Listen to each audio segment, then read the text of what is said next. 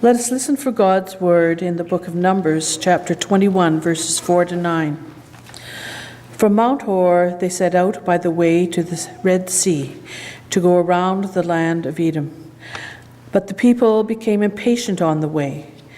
The people spoke against God and against Moses. "Why have you brought us up out of Egypt to die in the wilderness? For there is no food and no water, and we detest this miserable food." Then the Lord sent poisonous serpents among the people, and they bit the people, so that many Israelites died. The people came to Moses and said, "We have sinned by speaking against the Lord and against you. Pray to the Lord to take away the serpents from us." So Moses prayed for the people, and the Lord said to Moses, "Make a poisonous serpent and set it on a pole, and everyone who is bitten shall look at it and live." So Moses made a serpent of bronze and put it upon a pole, and whenever a serpent bit someone, that person would look at the serpent of bronze and live. Well, the Bible is wonderful. The Bible is wonderful and mysterious and challenging and sometimes absolutely baffling. I cannot imagine a story any more baffling than the one we heard this morning. Now, you know what's going on in the story. The people are wandering in the wilderness. By the grace and the power of God, they have been rescued from slavery. And you may remember that they were crying out to God to be released from this hardship and this oppression. But now they're in the wilderness, and they've been there long enough that the time before the wilderness is starting to seem like the good old days. And you know about the good old days, the farther back they are, the better they were. So they've started to forget about all that hardship, the hardship of slavery. They've started to, and they've forgotten that while they were slaves, at least they had free room and board. Now they've got to get their own food and clothing, even though God has provided manna for them in the wilderness. They've got to provide for themselves, and they're not happy about it. They're pouty, in fact, about it. And I love what they say. They say, "There's no food. We hate this food." How many times have you stood with the door open of a well-stocked refrigerator and said, "There's nothing to eat"? They're just like that. They're pouty, and they complain to Moses. Now, in the old translation, they murmur against Moses, and I like that better. I like the murmuring better. Now, until now, the people have just murmured against Moses, but this time they murmur against Moses and God, and that is a murmuring too much. You see, the covenant between God and the people is this: I will be your God, and you will be my people. That's a relationship, and relationships are built on trust. Remember, in the Bible, faith is not so much about what we believe and what we think. It's more about trust and what we do. So the people are murmuring. They've lost faith. They've lost their trust in God. Now, many of these old Bible stories have a common theme, and it's this: that to stick with God leads to a rewarding life. But to turn away from God is self-destructive, really. Self-destructive. These old stories are little morality plays, and they're not very subtle either. And in these morality vignettes, the people act like children. And God is a loving and generous parent when the children behave. And God acts as a stern disciplinarian when they don't.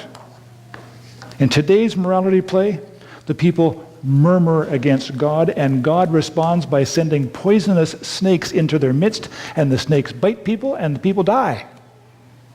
And the people said, "Where's St. Patrick when we need him?" No, they didn't say that. They said, "Help!" They went to Moses and said, "We have sinned by speaking against the Lord and against you." They realized their mistake. Now, maybe just go to your room for a while would have done it, or maybe, do you need a timeout? Might have been enough, but certainly a plague of poisonous snakes made them see the error of their ways in a big hurry. The people repented and God relented.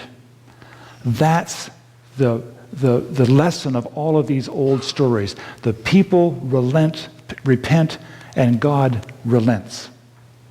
Or if I can put it another way, the people stopped their self-destructive behavior and found that their lives got a lot better. And you're thinking to yourself, that's the lesson? I came to church for that? But really. And you're maybe thinking, who continues in self-destructive behavior? That's no good. But I ask you, do you know anybody that smokes? Or anybody that eats too much junk food? Do you know anybody that remains in an abusive relationship? Do you know anybody that stays in a soul-sucking job because they say, well, the money's good, eh?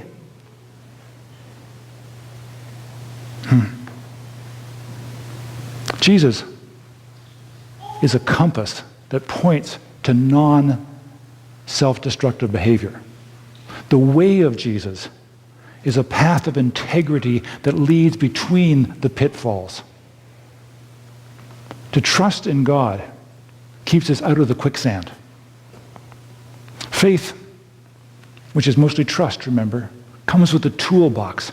And in that toolbox, the tools in the toolbox are courage and strength and hope and compassion. These are the tools with which we can fix our self-destructive rationalizations.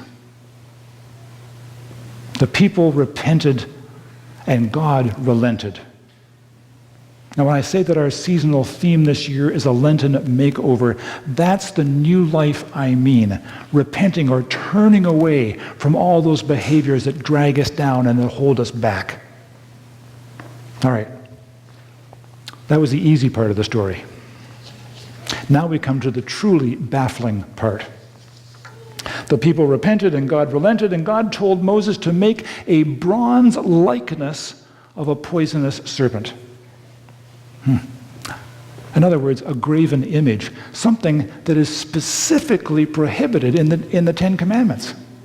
Now, why God would tell Moses to break one of God's own commandments is baffling to me. But what I'm really interested in is this idea that those who were snake bit had simply to look at the bronze serpent to be healed. The anti-venom serum was activated by their eyesight. Wow. I'm not even going to try to explain that. But I understand the principle that healing is found in a new way of seeing. The playwright Henry Miller had it right when he said, one's destination is never a place, but rather a new way of looking at things. The quality of our lives depend not so much on the things that happen to us, whether they're good things or bad things, but on how we see those things. To undergo a Lenten makeover, to have a new life, is sometimes as simple as looking, as having new vision. Let me share with you a story told by Rachel Raymond. I don't know how many of you have read her works. Rachel Naomi Raymond. She's a medical doctor, currently practicing in California. Do you know her books, Kitchen Table Wisdom and A Grandfather's Blessing? A couple of you do, good. Her books are full of marvelous wisdom. And she's a person who has lived with Crohn's disease all of her life. She herself is interested in chronic illnesses and in cancer. She's a pediatric oncologist. But lately her practice has more in counseling than in curing.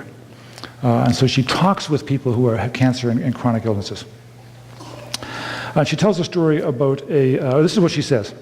Most of us lead far more meaningful lives than we know. Often finding meaning is not about doing things differently. It's about seeing familiar things in a new way. And she tells a story about a man named George. Now, George was somebody who invented a medical device of some kind, some gizmo that helps people. And he spent decades putting this, making a business out of it, manufacturing and distributing this device. After about 20 years, he himself was given a diagnosis of cancer, a lung cancer that had already metastasized widely. He was terminally ill. He wasn't going to last very long. And so he came to talk to Rachel Raymond. And this is what George said. I've wasted my life. I have 2 ex-wives and 5 children. I support all of them, but I don't know any of them. I never took the time to know them or anyone else.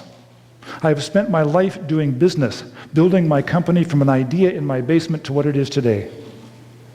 I don't think they'll miss me. I've nothing behind me but a lot of money. He looked away and shook his head. What a fool, he said. What a stupid old fool I've been. Now, as it happens, another of Rachel's patients had used the device that George had invented, and it had transformed her life. She had been a person who she was practically housebound. She spent all of her days trying to control the symptoms of her condition. But then she got one of these devices, and it made it possible for her to have a life. She could go out of the house. In fact, she got a job. She met people. She made friends. She met a wonderful man, and they got married, and they had a child together. She had a life again. But of course, there's medical ethics that says you can't just give people's names to each other so they can talk.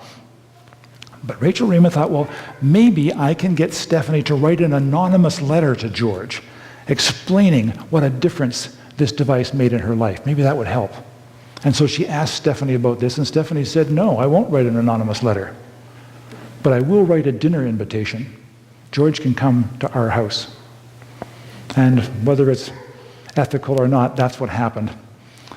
George went to dinner at Stephanie's place, and what he expected is to have a quiet dinner, just the 3 of them. But that's not what happened. When he arrived there, the house was full of people. There were Stephanie's parents, and her brothers and her sisters and some uncles and their families, all the people who had supported Stephanie when she was unable to support herself. And then there was her husband's family, his parents and brothers and sisters and their families, and neighbors and friends, people who knew them when Stephanie had a life again. And they'd all brought food. It was a magnificent potluck supper. And it took hours for them to eat it. And as they ate, each person in turn told the story of Stephanie's transformation, the part that they had played in it, the part they knew about. Well, I'll let George explain it. As he said to Rachel, it was the story of Stephanie's life. I cried most of the time. And at the very end, Stephanie came to me and said, this is really a story about you, George. We thought you needed to know. And I did, Rachel, he said. I really did. They sat quietly in Rachel's office for a minute.